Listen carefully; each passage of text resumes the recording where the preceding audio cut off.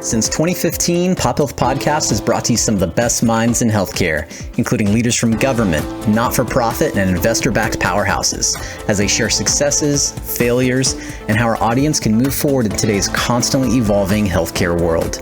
Thank you for joining us for today's episode presented by 24 Hour Home Care.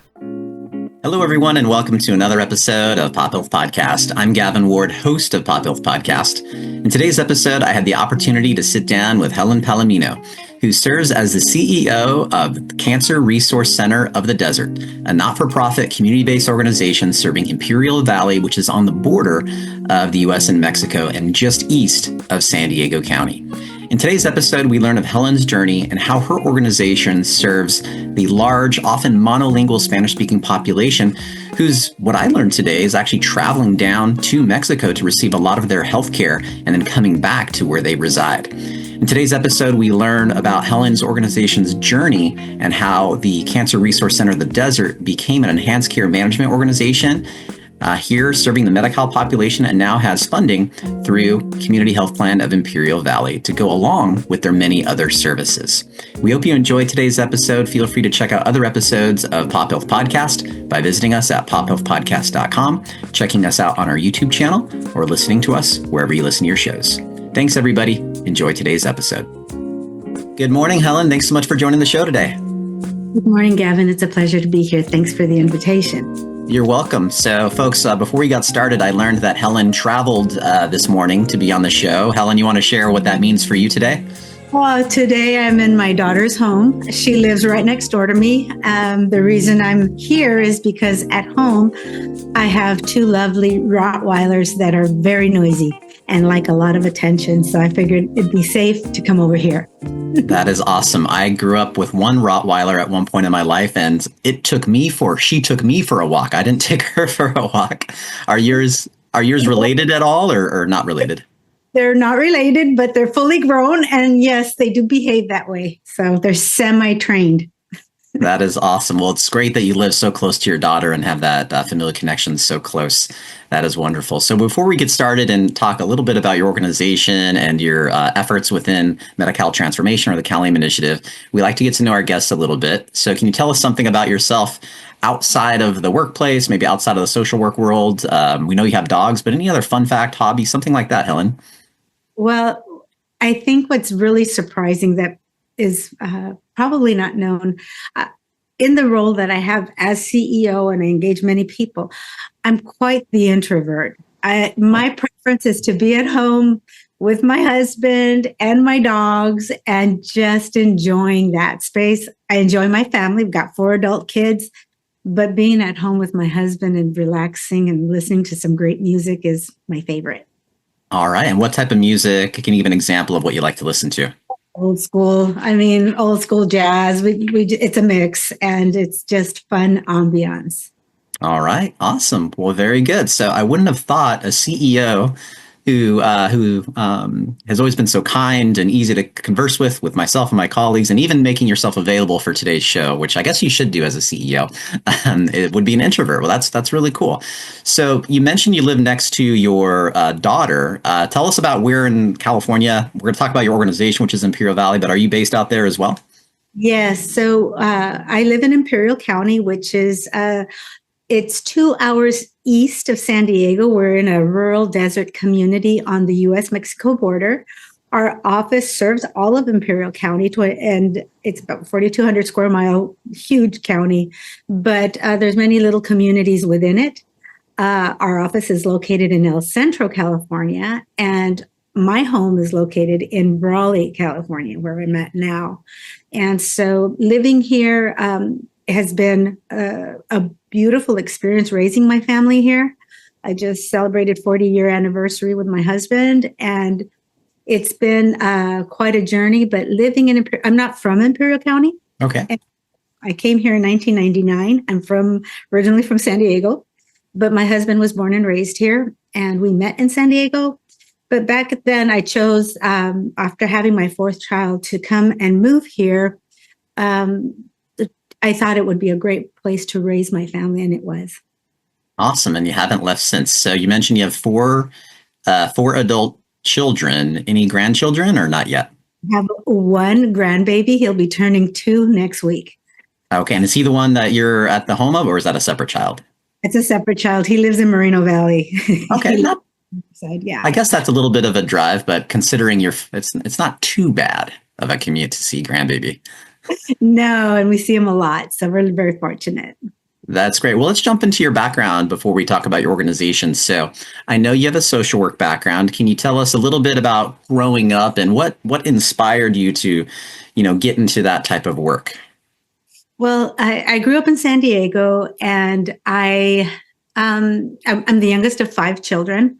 And so most of my siblings were out of the home by the time I was coming around. And so growing up, I probably got into a lot of mischief and a lot of trouble. And in doing so, though, I came across many people in different points of my life who were very helpful in pointing me in the right direction and supporting me. So, and I got married very young. I was married at 18. Oh, wow. Yeah. So, same man. And so, I graduated high school early, but then started in my married life. I slowly was taking classes at the local community college. And over the years, ultimately was able to fulfill, after many years, after my 4th child, I was able to be, excuse me, my phone's going off, trying to turn it off. I was able to achieve a bachelor's degree in business administration. And it was kind of like just the direction to go. It wasn't that it was what I wanted. Okay. But I was always interested in helping in the medical field. And I thought, man, I should have been a nurse. And I never did until I found out, as helpful as I was to other people that I knew within my church and friends that were experiencing terminal illnesses, I never knew how to help, but I wanted to. And so that was always interesting to me. As I increased in my career and moved to Imperial Valley in 1999, I got a job as a director of a family resource center here in Raleigh. That's where I learned about poverty. That's where I learned about community resources. And we were focused on helping the most violent juvenile offenders in the north part of the county. And I had 0 experience. Oh, wow. It was an amazing opportunity. That's how I cut my teeth, learning all the different departments of services and law enforcement, education, health that was available in the community. And so as my career evolved, that's how I got involved. But when it came to around 2005, I was really still interested in social work and helping. I just didn't have the background, and I thought I couldn't because I had a business background. Right. And so just working towards all of that is how things evolved. Okay. Awesome. So business background, young, married early. Actually, I'm curious. Did you have a lot of support for getting married early? Was everyone like, "Hey, go for it"? Were you supported this, or at such a young age? I can imagine maybe it was a crazy decision. We both were very young, and I'm just grateful we survived. Yeah. Young, we were. The iterations of Helen Palomino was pretty many to who she is today. It's like, who is that young person? I don't know, but we're fortunate to have each other, and it's been a colorful experience raising a family. Okay, awesome. So tell us, you move in 99.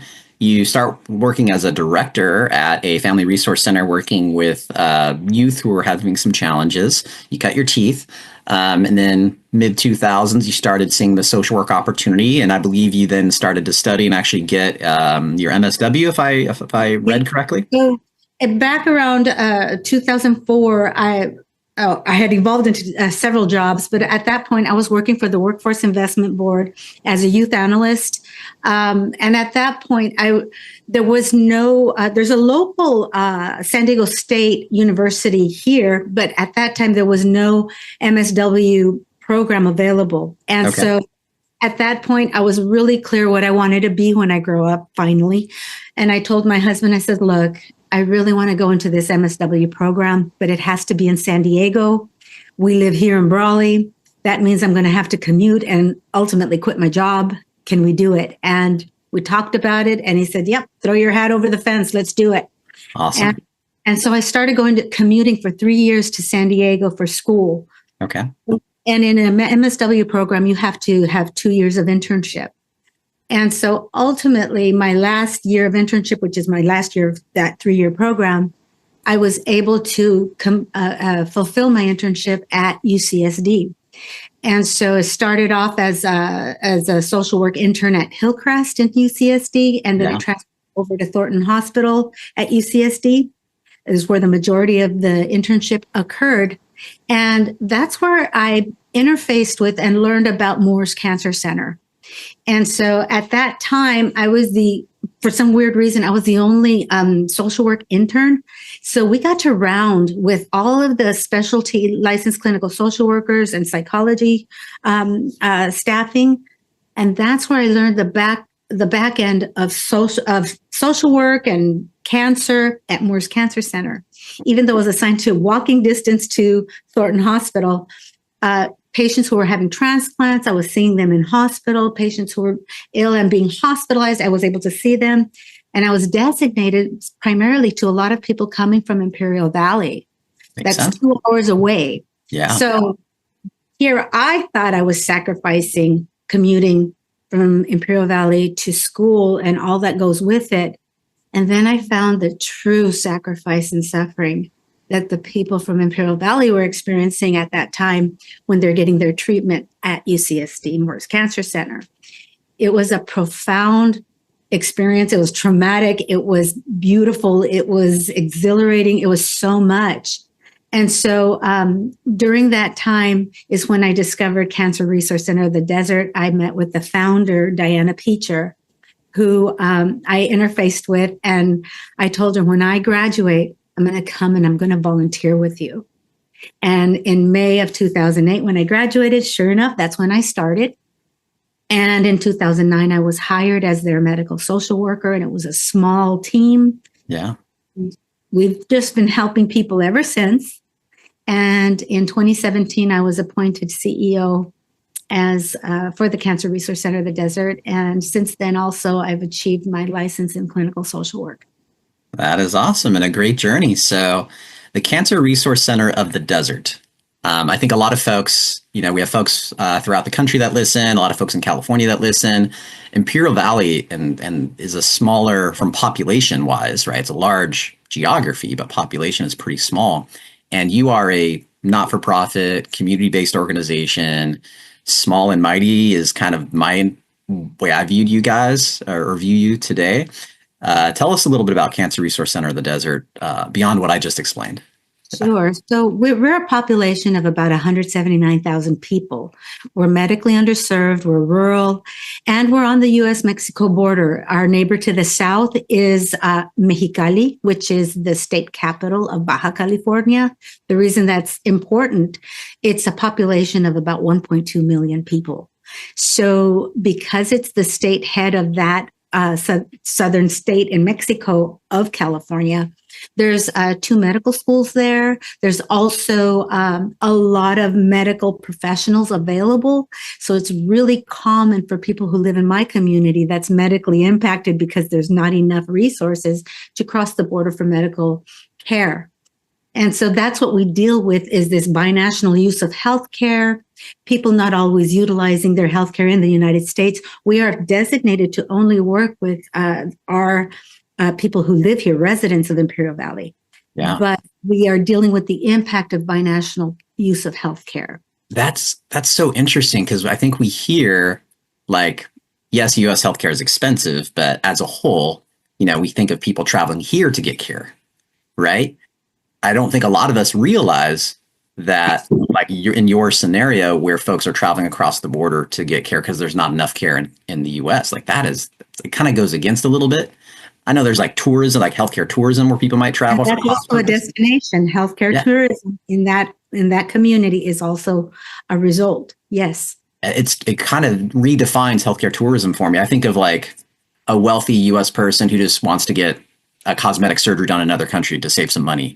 But no, these people are getting necessary care in Mexico instead of vice versa, which I think a lot of us might think people come here for necessary care, but that's not the case for your community. No, Wow. and it's really great care. For example, people that live here, an employer might offer a medical insurance where the medical provider network is in Mexico. So there's private hospitals offering this, a network of physicians offering this, and they cater to the U.S. customer.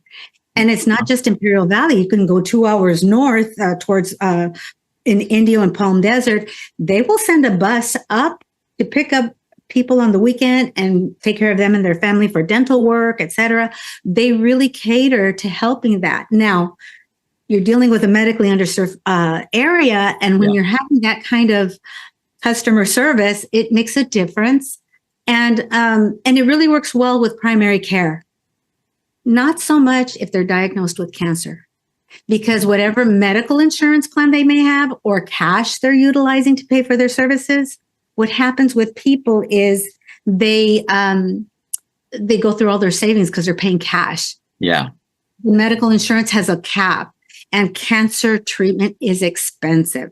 So generally what happens is we encounter people who have exhausted all their savings, cannot get their treatment anymore. And so we have to help them legally import their biopsy tissue so they can get a U.S. certified pathology report so they can start their treatment with the U.S. Health insurance, be it through Medi-Cal or be it through the marketplace. So we're always trying to figure out how can we insure these people who maybe were getting care in another country. How do we get them legally covered here? And that's what our service also does. Wow. Coming into today's conversation, I wasn't thinking we'd be talking about this, but it makes perfect sense. But I think so few of us understand what's happening and how you're supporting folks there in your community. So Cancer Resource Center of the Desert, not for profit. You guys serve folks, or your mission is to serve folks in Imperial Valley. Yes. What type of services? I know there's like patient navigators on your team. Can you walk us through what that means exactly? So we provide patient navigation on one hand as in a clinical aspect, as well as in a non-clinical practical need style of patient navigation. And what that is, it's a holistic approach to meeting the needs comprehensively of someone who is diagnosed with either cancer or having a severe chronic illness. Okay. It's really meeting the person where they're at. What are their needs? What are their goals? That's so critical, because what is it that they're wanting? All these years we've been focused on cancer patients, which is very complex. All these years, they have been our teachers. Well, there's no book to say, hey, this is how you become a patient navigator. Now there's trainings, but how do you become a patient navigator in Imperial County where everything is missing? So creating a holistic support network is what a navigator does. And all of our knowledge and all of our experience and all of our compassion is built upon the commitment to helping individuals who present. And many times people have presented with a cancer diagnosis, but the first question is, I can't stop working. Who's going to support my family? And if it means stopping that, I'm not going to treatment. Now, I know what that's going to mean, the impact of such a decision. So finding out if the issue is finances, what can we do to help these individuals bring in finances either through a state disability insurance or through Social Security disability or through some type of workers availability resource, or even through general cash aid through Medi-Cal. So we try to figure it out. And so because we want them to stabilize and start their path, supporting them with education about their health, education about their body, education about the health system that they don't understand. Even though they live here and they're certainly eligible for it, they don't understand it and they don't understand the specialties. And that's what we help with. And they've taught us that. That's what patient navigation is. So you mentioned earlier that it's for individuals with cancer or a chronic illness. So does that mean you guys serve individuals beyond just a cancer diagnosis? We do through the CalAIM Enhanced Care Management Program. Okay. So we don't just open up the door, hey, anybody who wants anything, come on through it. We can't. We have a capacity issue. However, what we do is in order to participate as enhanced care management through CalAIM, we, as an agency with our board of directors support, expanded our are focused to support not only cancer patients, but persons who also have a chronic illness and are eligible for CalAIM, that referral piece to come in. And so that's how we work with our Health Net and Community Health Plan of Imperial Valley. Okay, good. So I think most folks who are listening are in the healthcare world and might know what CalAIM is, but really quickly, folks, we've done a lot of episodes on the California Advancing and Innovating Medi-Cal, which Helen had mentioned that's what CalAIM stands for. Some folks, or DHCS, Department of Healthcare Services, might call it Medi-Cal Transformation. That's kind of a general phrase they're using nowadays. So, Helen, your team applied to be an enhanced care management organization within Community Health Plan of Imperial Valley, which is in partnership with HealthNet. So individuals who are on Medi-Cal, which is managed by Community Health Plan of the Imperial Valley, they could potentially qualify, regardless if they have cancer or some type of other chronic illness, to receive your services at no cost, correct? That is correct. So what we're doing is we are focused in our population of health that we have is looking at homelessness, looking at persons who tend to utilize the emergency room frequently, or persons who want to stay home in the community but are at risk of going to a skilled nursing facility. So they're eligible for in-home support services. And because of the CalAIM initiative, we can actually complement that if it's existing or not existing, apply for it, as well as the 24-hour home care, for example, type of service to move that quickly. That's our population of focus. So it is narrowed. We don't offer everything. However, because we work that way, many people are eligible just on those type of eligibility requirements. So that's how we help anyone who is eligible for that. And based on our capacity to serve, we're new to enhanced care management. We're newly contracted since October, and it has been a learning curve. And so as a small organization, we're learning on how to function as a contractor, invoicing properly, the comprehensive services we provide, taking them and compartmentalizing them into the structure for reimbursement has been an education. Yeah. And so working with that, it's a challenge because we're learning. We have to have reserves while this is going, and there's a lot of growing pains going on. So, but fortunately, I feel, yes, the finances is critical, and the quality, comprehensive level of care that we provide to a population that is so complex in their needs. I think that is probably the most complicated thing to attain and know, and we're coming in with that. So it's a creative way of addressing needs and bringing in resources to help people achieve their optimal health care. Okay, awesome. So you're now enhanced care management as of October, so 3 months in. You mentioned finances. So for those of our listeners or viewers who are familiar with not-for-profits, it's a constant, probably, effort to try to get grants and things like that. So one of the nice things I've heard about enhanced care management is you actually have a plan that's actually providing funding that you don't necessarily every few months have to knock on their door and ask for additional funds. So that's nice. But what about your other services? I mean, you gotta pay. I'm sure you have volunteers. You used to volunteer there, right? But you do have some paid staff. Tell us how your organization is historically funded, and if people are interested to support, how they can go about doing so. So as a small nonprofit, we have had to be very creative with what I call braided funding. It's like a big braid.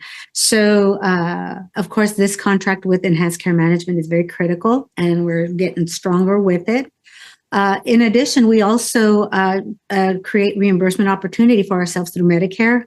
Through my licensure, we're able to build very finite codes for the work we do for our Medicare patients. Okay. We also accept grants, so we're always applying for grants. That's always in the works to see what we can be supported with, as well as donations. It's so important for us to receive donations from a variety of people. That's important. And I must say, Imperial Valley, even though we're small, medically underserved, we're a very poor community, it is a profoundly generous community. Most of our monies and supports have come from our local donors. Oh, wow. Yeah, and you wouldn't think, but we have a very generous community. The other aspect that has been extremely important and helpful to us is the fact that we participate in evidence-based research. And what that means is I have participated as a co-PI along with a UCSD Director of Oncology, Dr. Irene Sue.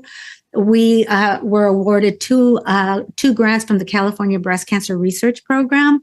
One was a pilot. The second was a 3-year project, which we just concluded in 2024, looking at women's health in breast cancer for women who are under 50 and newly diagnosed, wanting to consider if they want to have a baby in the future and they're being faced with cancer treatment. It also looks at are they on different points in time of their treatment continuum? Are they receiving birth control? Are they experiencing side effects, hot flashes, vaginal dryness due to the treatment? Are they expressing it? Are they being asked? Is there sexual health issues occurring? Those questions are not generally asked. One, we have 85% Hispanic population. About 70% are monolingual Spanish, and culturally do not volunteer this information. Yeah. And so it's training the oncology team at El Centro Regional Medical Center. They've been really supportive with us in teaching them to ask those certain questions every time they interface at different points in time, and moving forward with, if a woman does want fertility preservation, it's not covered generally by Medi-Cal.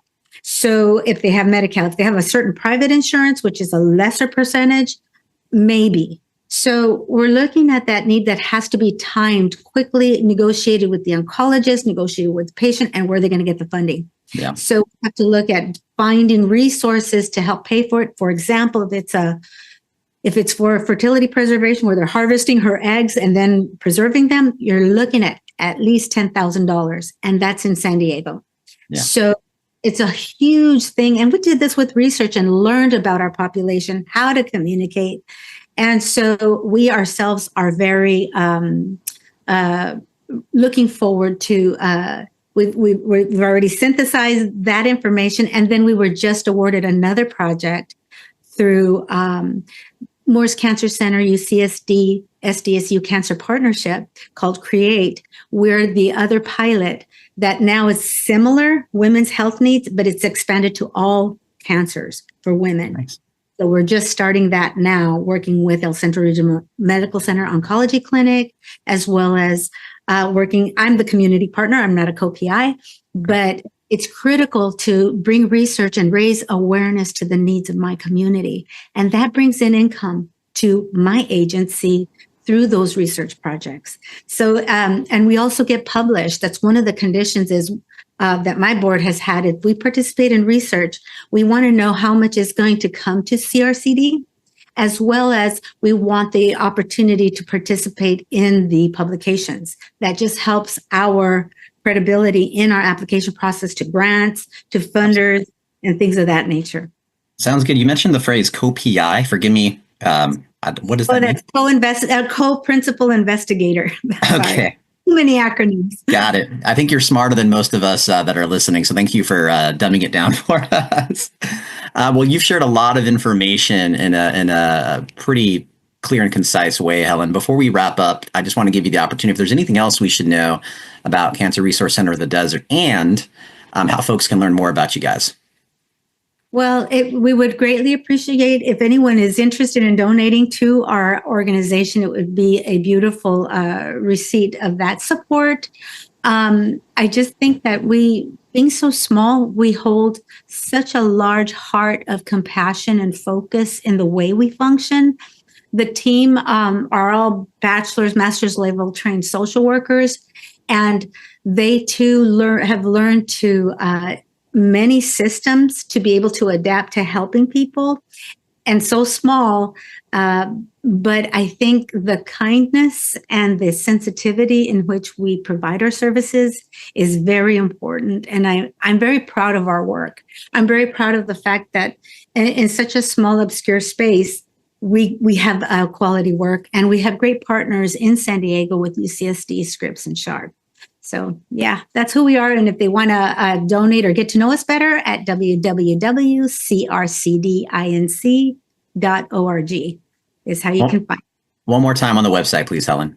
www.crcdinc.org.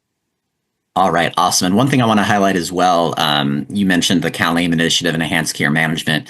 One of the things that's really neat about your organization is you're right there, boots on the ground in the community. You guys have been there for a long time, and there's different ways people can be case managed, right? There's virtual, there's telephonic, and I believe you guys probably offer all of the above because of your physical presence, which not all enhanced care management companies can have that physical presence in a rural community. So just wanted to highlight that about your organization and really, again, highlight your ability to speak in multiple languages. Of course, you mentioned the 70% monolingual Spanish population that you serve.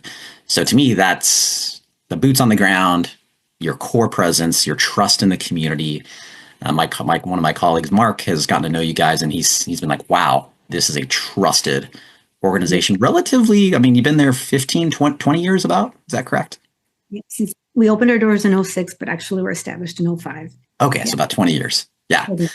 So, I mean, I still consider that relatively young compared to some other not-for-profits, but the fact how you guys have built the trust is, from what I hear, is pretty amazing. So Helen, just want to say thank you again. Folks, we are recording this on a weekend. I gave Helen pretty short notice to see if she'd be willing to be a guest, and she's really made some time on the weekend for us. So Helen, again, thank you so much for joining the show today.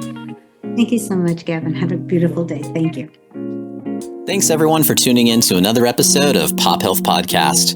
We hope you've enjoyed today's episode, and if you have and want to check out other episodes, visit us at pophealthpodcast.com, iTunes or Apple Music, Spotify, Stitcher, and now YouTube as well. Take care.